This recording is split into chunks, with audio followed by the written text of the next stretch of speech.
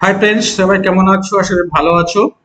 আজকে আমরা আমাদের যে বাংলা ব্যাকরণের কিছু এমসিকিউ কোশ্চেন নিয়ে আলোচনা করব। তো চলো, বেশি দেরি না করে শুরু করি। যে যে প্রশ্নগুলো তোমরা উত্তর দিতে পারবে সেগুলো অবশ্যই পারলে কমেন্ট করবে, যাতে তোমরা সহজে বুঝতে পারো যে তোমাদের প্রশ্নের উত্তরটা ঠিক কি ভুল। তো বাংলা ব্যাকরণের সমাস বিষয় নিয়ে আজকে আমরা কিন্তু আলোচনা করছি। ফার্স্ট প্রশ্ন যেটা আসে, সমাস শব্দের অর্থ কি? সমাস শব্দের অর্থ মিলন, সংক্ষেপ, বিস্তার না বিশ্লেষণ। আমরা সবাই জানি সমাস শব্দের অর্থ হচ্ছে সংক্ষেপ। 2 নম্বর প্রশ্ন যেটা আসে সেটা হলো গিয়ে কি না, সমাসের প্রক্রিয়া মানে সমাস প্রক্রিয়ায় উৎপন্ন শব্দটিকে কি বলে? অর্থাৎ সমসমান পদগুলো যখন আমরা যুক্ত করি, তারপর যে পদটা বেরোয় তাকে আমরা কি বলি? তাকে আমরা সবাই বলি সমস্ত পদ। সমস্ত পদের আবার অপর নাম আছে, সেগুলো কিন্তু পড়বে। 3 নম্বর প্রশ্ন হচ্ছে, যে যে পদে মিলনে সমাস হয় তাদের প্রত্যেকটিকে কি বলে? যে যে পদের মিলনে সমাস হয় তাদের প্রত্যেকটিকে কি বলে? সমস্ত পদ বলে, নাকি পূর্ব পদ বলে, নাকি উত্তর পদ বলে, নাকি সমসমান পদ বলে? উত্তর হবে সমসমান পদ। 4 নম্বর প্রশ্ন, সমস্ত পদকে ভেঙে যে বাক্যাংশ করা হয়, সমস্ত পদকে বা সমাসবদ্ধ পদকে ভেঙে যে বাক্যাংশ করা হয় তাকে আমরা কি বলি? তাকে আমরা বলি সমাস বাক্য, নাকি বিগ্রহ বাক্য, নাকি ব্যাস বাক্য, নাকি ওপরের সবকটি? দেখো, এই জায়গাটা কিন্তু অবশ্যই উত্তর হবে সবকটি, কারণ আমরা সমস্ত পদকে, অর্থাৎ এই যে ব্যাস বাক্য বলো, সমাস বাক্য বলো বা বিগ্রহ বাক্য, এই 3টা নামেই কিন্তু আমরা ডেকে থাকি। নেক্সট প্রশ্ন হলো, সমাসবদ্ধ পদের প্রথম অংশকে কি বলা হয়? সমাসবদ্ধ পদের প্রথম অংশকে বলি আমরা পূর্বপদ। এটা আমাদেরকে দেখার দরকার নেই, এটা আমরা সবাই জানি। তাহলে পরের প্রশ্নটা আসে, সমাসবদ্ধ পদের দ্বিতীয় অংশকে কি বলা হয়? তাহলে পূর্বপদকে যদি প্রথম অংশকে পূর্বপদ বলি, তাহলে পরের অংশটাকে আমরা কি বলবো? না পরপদ বা উত্তরপদ। কোনো কোনো সময় কিন্তু উত্তরপদ দিয়ে থাকে। নেক্সট প্রশ্ন কি না, কোন সমাসে পূর্বপদ ও পরপদ উভয় পদের অর্থ প্রাধান্য থাকে? এটা কিন্তু পরীক্ষায়, মাধ্যমিক পরীক্ষায় বহুবার এসেছে এবং চাকরির পরীক্ষা বিভিন্ন জায়গায় দিয়েছে। উত্তর কি না, দ্বিগু সমাস, নাকি বহুব্রী সমাস, নাকি দ্বন্দ্ব সমাস, নাকি তৎপুরুষ সমাস? উত্তর হলো গিয়ে কি না, দ্বন্দ্ব সমাস। পরীক্ষায় বহুবার কিন্তু এটা প্রশ্নটা এসেছে। নেক্সট হলো, দ্বন্দ্ব শব্দটির সাধারণ অর্থ কি? আচ্ছা, এখানে কিন্তু মাথায় রাখতে হবে, দ্বন্দ্ব কথাটার কিন্তু সমাসে ব্যবহারযোগ্য অর্থ কিন্তু বলেনি। এখানে বলেছে কি না, সাধারণ অর্থটা কি? সাধারণ অর্থ হচ্ছে বিরোধ, সংক্ষেপ, অভাব, নাকি সাদৃশ্য। অবশ্যই এখানে কি হবে না, বিরোধ অর্থে দ্বন্দ্ব সমাস হবে। নেক্সট আসছি, অহিনকুল কোন দ্বন্দ্ব সমাসের উদাহরণ? অর্থাৎ এই যে সমাসবদ্ধ পদটা আমরা যদি ব্যাস বাক্য করি, তাহলে কি ধরনের ব্যাস বাক্য হবে বা এটা কি ধরনের দ্বন্দ্ব উদাহরণ হবে? একটা হচ্ছে মিলনার্থক, মিলন বোঝাচ্ছে। 2 হচ্ছে বিরোধার্থক, বিরোধ বোঝাচ্ছে। নাকি বিপরীতার্থক, নাকি হচ্ছে সমার্থক? উত্তরটা হবে বিরোধার্থক, অর্থাৎ দুজনের মধ্যে বিরোধিতা করা বোঝাচ্ছে। নেক্সট আমরা আসছি কি না, হাট বাজার কোন প্রকার দ্বন্দ্ব? হাট ও বাজার, হাট বাজার। হাটের সমার্থক শব্দটা হাট হয়ে গেছে, এটা হাট হবে। হাটের সমার্থক শব্দ হচ্ছে গিয়ে কি না, বাজার প্রায় সমার্থক, সেই জন্য এটা সমার্থক দ্বন্দ্ব হবে। বিপরীতার্থক হবে না, একশেষ দ্বন্দ্ব হবে না, আর অলুক বা অলোক দ্বন্দ্বও হবে না। নেক্সট আসছি গিয়ে কি না, যে দ্বন্দ্ব সমাসে সমসমান পদের বিভক্তি সমস্ত পদের লোপ পায় না।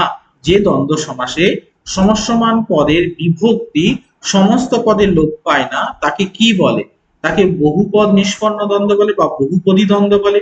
2 হলো গিয়ে কি সহচর বা সহচর দ্বন্দ্ব বলে। 3 অলুক দ্বন্দ্ব বলে। 4 অ্যাক্সিস দ্বন্দ্ব বলে। আচ্ছা, অলুকের আরেক নাম হচ্ছে অলোক, এটাও কিন্তু মাথায় রাখবে। উত্তরটা হবে অলোক দ্বন্দ্ব। হ্যাঁ, এটা হবে গিয়ে কি অলোক দ্বন্দ্ব বা অলুক দ্বন্দ্ব। নেক্সট আছে দুধে ভাতে দ্বন্দ্ব শব্দটি সঠিক ব্যাস বাক্য ও সমাস কোনটি? দুধ ও ভাত, দুধ ভাত দ্বন্দ্ব সমাস, নাকি দুধে ও ভাতে, দুধে ভাতে অলুক দ্বন্দ্ব সমাস বা অলক দ্বন্দ্ব সমাস? দুধের দ্বারা ভাত, দুধ ভাত তৎপুরুষ সমাস, নাকি দুধে রান্না ভাত মধ্যপদলোপী সমাস? তো এটা উত্তরটা হবে কি না, দুধে ও ভাতে, দুধে ভাতে অলক দ্বন্দ্ব সমাস। দুধে ও ভাতে, দুধে ভাতে অলক দ্বন্দ্ব সমাস।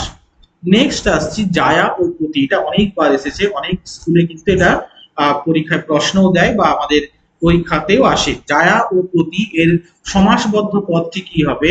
জায়াপতি, পতিজায়া, দম্পতি না ঘরণী জামাই? তো উত্তরটা হবে দম্পতি। কখনো কখনো আমরা ভুল করে জায়াপতি করে দিই, এটা কিন্তু হবে না। উত্তর কি হবে? না দম্পতি, জায়া ও পতি দম্পতি।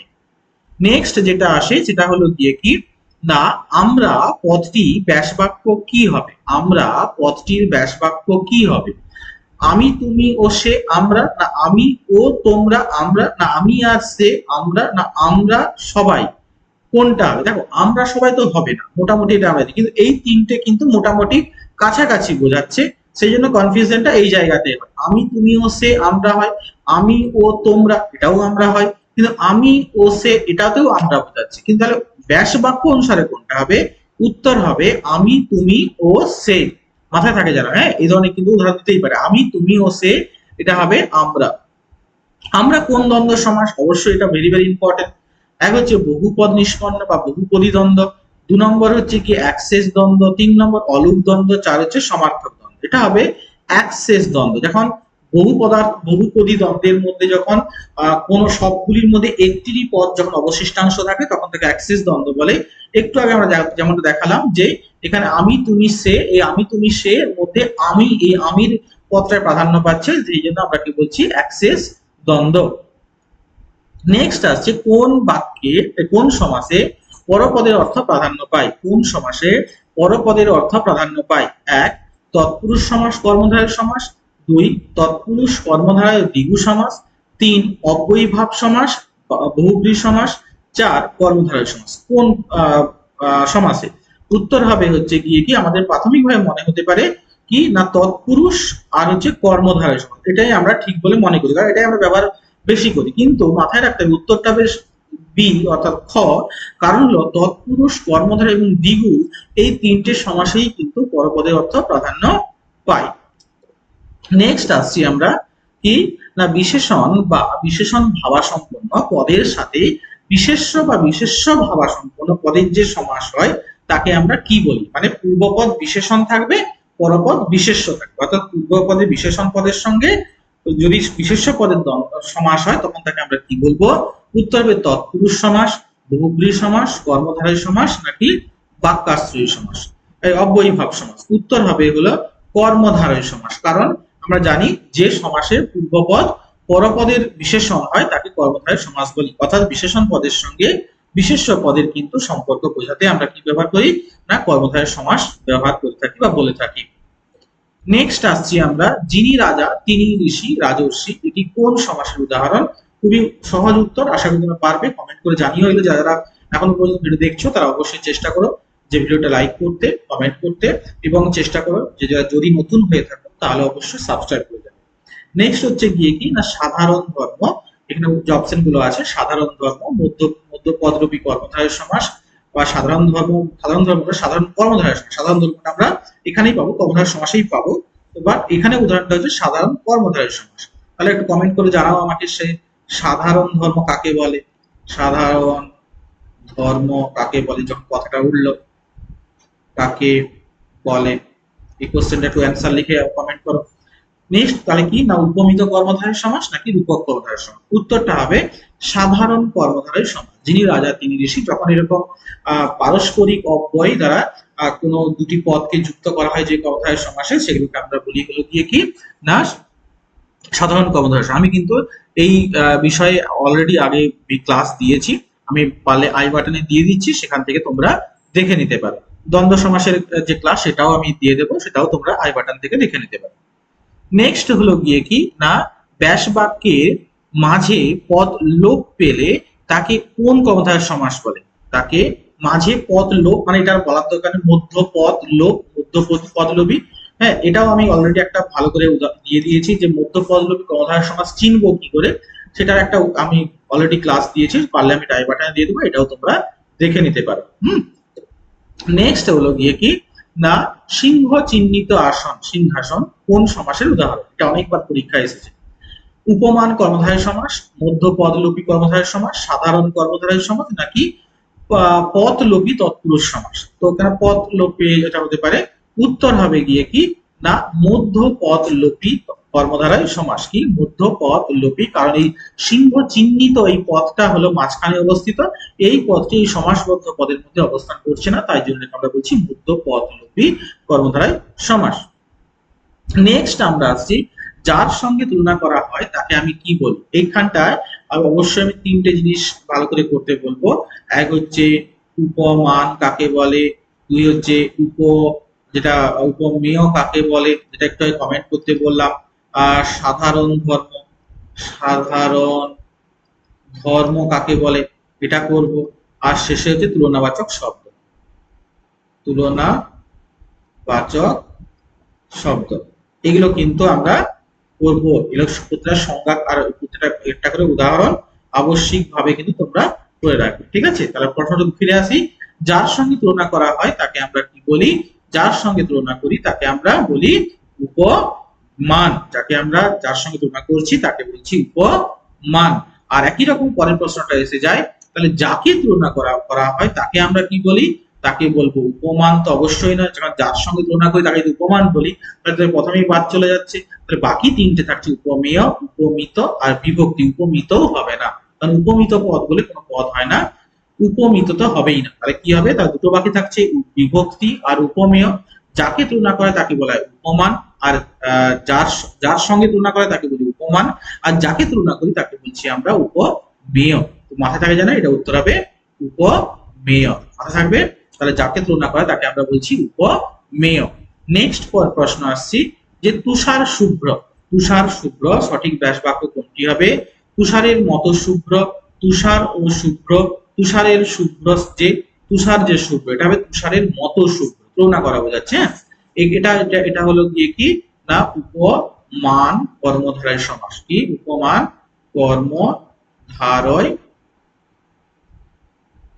সমাস, মাথায় থাকবে। এর একটা আলাদা ক্লাস আমি দিয়েছি, উপমান কর্মধারয় সমাস, রূপক কর্মধারয় সমাস এবং উপমিত কর্মধারয় সমাস কিভাবে চিনবো তার একটা অলরেডি ক্লাস দেওয়া আছে, এখানে আই বাটনে আমি দিয়ে দিচ্ছি, সেখান থেকেও তোমরা দেখে নিতে পারো। নেক্সট হলো তুষার শুভ্র কোন সমাসের উদাহরণ, একটু আগেই বললাম উপমান কর্মধারয় সমাসের উদাহরণ। যদি কোনো সমাসে তুলনাবাচক কোন কর্মধারয় সমাসে যে পূর্বপদ ও পরপদ থাকে উভয়ের মধ্যে যখন আমরা সত্যিকার বা বাস্তব তুলনা করা বোঝায় তখন, বা বাস্তবতা থাকে তখন তাকে আমরা বলছি উপমান, আর যদি বাস্তবতা না থাকে তখন তাকে বলছিলাম উপমিত কর্মধারয় সমাস। অবশ্য বিশেষণ আর বিশেষ্য নিয়েও একটা ব্যাখ্যা আছে, দুটোই তোমরা মনে রাখতে পারো যেন পরীক্ষায় গেলেও অন্তত উত্তর দিতে পারো। তার উপমান হলো গিয়ে কি যেটা তুলনা করা বোঝায়, সত্যিকার তুলনা তাকে বলছি। অর্থাৎ তুষার শুভ্র, তুষার হচ্ছে তুষারের মতো শুভ্র, অর্থাৎ তুষারের যে সাদা রং সেই মতো সাদা, তখন তাকে আমরা তুষার শুভ্র বলছিলাম, উপমান কর্মধারয় সমাস। নেক্সট হলো গিয়ে কি না উপমেয় পদটি পূর্বে এবং উপমান পদটি পরে থাকলে, আবার মানক ভাগে মাথায় রাখবে, উপমেয় পদটি পূর্বে এবং উপমান পদটি পরে থাকলে তাকে কোন সমাস বলে। দেখো উপমান বা উপমেয় যেটা একটা সহজ উপায় হলো গিয়ে কি, যদি উপমান কর্মধারয় বলে তাহলে সেই পদটা পূর্বে থাকবে, যেটা বলবে। উপমান বললে উপমানটা পূর্বে থাকবে, উপমিত বললে সেখানে উপমেয়টা পূর্বে থাকবে। তো একই রকম ভাবে মাথায় রাখতে হবে যে এখানে যেহেতু বলছে উপমেয় পূর্বে, তাহলে তো উপমান তো আগে নেই, তাহলে কি হবে, উপমান হচ্ছেই না, কারণ উপমান কর্মধারয় সমাসে প্রথমে উপমান থাকবে। যেহেতু উপমেয় পূর্বে থাকবে তাহলে এটাকে আমি বলবো উপমিত কর্মধারয় সমাস। এগুলো একটু মাথায় রাখতে হবে, তাহলে পরীক্ষা সহজ হয়ে যায়। নেক্সট, মুখ চন্দ্রের ন্যায়। মুখ চন্দ্রের ন্যায়, মুখচন্দ্র কোন সমাসের উদাহরণ। অবশ্যই এটা একটু বলো, সত্যিকার তুলনা না মিথ্যা তুলনা কোনটা বোঝাচ্ছে। একটু আগে তো বললাম যে সত্যি তুলনা বোঝালে উপমান হয়, মিথ্যা তুলনা বোঝালে উপমিত হয়। তাহলে এটা আমাকে একটু বলো এটা কোন সমাস হবে। কি আমি কাউন্ট করছি 1 2 করে নাকি, চলো। তো উপমান বোঝালে কি হয় না সত্যি তুলনা, উপমিত বোঝালে কি হয় মিথ্যা তুলনা।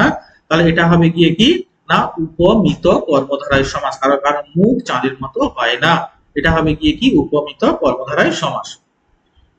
আচ্ছা, এটা একটু রয়ে গিয়েছে উত্তরটা। নেক্সট আসছি গিয়ে কি না উপমেয় ও উপমানের মধ্যে অভেদ। বহুবার প্রশ্নটা এসছে, ভেরি ভেরি ইম্পর্টেন্ট। উপমান আর উপমেয়ের মধ্যে অভেদ কল্পনা করা বোঝাতে কোন সমাস হয়, এটা অবশ্যই মাথায় রাখবে। যে যখনই অভেদ কল্পনা করা বোঝাবে তার ক্ষেত্রে কি হবে, উপমিত কর্মধারয় সমাস হবে, নাকি রূপক হবে, নাকি উপমান হবে, নাকি অলুক সমাস হবে। মাথায় রাখবে যখনই এই অভেদ কল্পনা করা বোঝাবে তখনই সেটা হবে গিয়ে কি রূপক কর্মধারয় সমাস। তাহলে এখানে অপশন কি হবে না রূপক কর্মধারয় সমাস। নেক্সট আসছি আমি কি না মন মাঝি। মন মাঝি পদটির সঠিক ব্যাসবাক্য কোনটি? মন রূপ মাঝি, না মনের মাঝি, না মন ও মাঝি, মন যে মাঝি। উত্তর হবে মন রূপ মাঝি, মন রূপ মাঝি। এটা অলরেডি এর আগে আমি আলোচনা করেছি একটা ক্লাসে, যে রূপক কর্মধারয় সমাস, উপমিত কর্মধারয় সমাস, উপমান কিনবো কি করে, সেখান থেকেও তোমরা কিন্তু ভালো করে দেখে নিতে পারো। ঠিক আছে, কি না মন রূপ মাঝি মন মাঝি। এখানে একটা চেনার উপায় হলো গিয়ে কি পূর্বপদ সবসময় হবে অদৃশ্য, আর পরপদ হয় গিয়ে কি না দৃশ্য। অর্থাৎ একটি পদ হবে অদৃশ্যমূলক শব্দ, আরটা হবে অদৃশ্য। একটা দেখা যাবে আরটা দেখা যাবে না। তো বেশিরভাগটা পূর্বপদ হয়, তবে এর ব্যতিক্রম কিন্তু আমরা পাবো। তো মাথায় রাখবে যে রূপক পদের সমাসে পূর্বপদ হবে গিয়ে কি দৃশ্য অদৃশ্যমান, আর পরপদ হবে দৃশ্যমান। সেখান থেকে আমরা বুঝে যাব যে হচ্ছে এটা হচ্ছে, এবং তাদের মধ্যে অবশ্যই অভেদ কল্পনা করা বোঝাবে। সেখান থেকে আমরা বুঝবো এটা হচ্ছে রূপক পদের সমাস। নেক্সট আসছি প্রধানল কোন সমাসের উদাহরণ? ক্রোধ প্রধানল কোন সমাসের উদাহরণ? ক্রোধের অনল, অর্থাৎ ক্রোধ রূপ অনল প্রধানল, এটা হবে হচ্ছে কি রূপক কর্মধারয় সমাস। উপমিত কর্মধারয় সমাস তো হবেই না। হ্যাঁ, তুলনা বোঝাতে গিয়ে হচ্ছে না, মিথ্যা তুলনা নয়, অবশ্যই সত্যিকার তুলনা। কিন্তু তাদের ক্রোধটাকে আগুনের সঙ্গে তুলনা করা হয়েছে না আগুনটাকে ক্রোধের সঙ্গে তুলনা করেছে, এর মধ্যে একটা অভেদ কল্পনা করতে পারছি আমরা। সেই জন্য ওকে আমরা বলছি রূপক কর্মধারয় সমাস। লাস্ট আমরা কোশ্চেন যেটা আসবে 30টা কোশ্চেন সেটের আজকের লাস্ট কোশ্চেন, কর্মধারয় সমাসে কোন পদের অর্থ প্রাধান্য পায়? কর্মধারয় সমাসে কোন পদের অর্থ প্রাধান্য পায়? আশা করি এই উত্তর তোমাদের পারা উচিত, কারণ এটা অলরেডি আগে একটা কোশ্চেন আমরা আলোচনা করেছি। কোন কর্মধারয় সমাসে কোন পদের অর্থ প্রাধান্য পায়? পূর্বপদ, পরপদ, তৃতীয় পদ, নাকি সমষ্টির পদ? উত্তর হবে গিয়ে কি না পরপদের অর্থ প্রাধান্য পায়। এই ছিল আমাদের 30টা সেটের কোশ্চেন। পরের ভিডিওতে আমরা কিন্তু আরো 30টা কোশ্চেন নিয়ে আসবো। যাদের ভিডিওটা ভালো লাগবে অবশ্যই লাইক করবে, কমেন্ট করবে কোনো বিষয় নিয়ে, আর অবশ্যই কতগুলো তোমরা অ্যান্সার দিতে পারলে সেটাও তোমরা কিন্তু জানাবে, যে কতগুলো প্রশ্নের উত্তর তোমরা এই প্রশ্নের সেটটা করার পর করতে পারলে বা জানতে পারলে, কত নাম্বার পেলে সেটাও কিন্তু আমাকে জানিও কমেন্ট করে। ওকে, আজ এই পর্যন্ত। পরে অবশ্যই দেখা হবে তোমাদের সঙ্গে আরেকটা ভিডিওতে, যেখানে আমরা আরো একটা সেট নিয়ে পরীক্ষার জন্য প্রস্তুতির জন্য আসছি। চলো টাটা, বাই।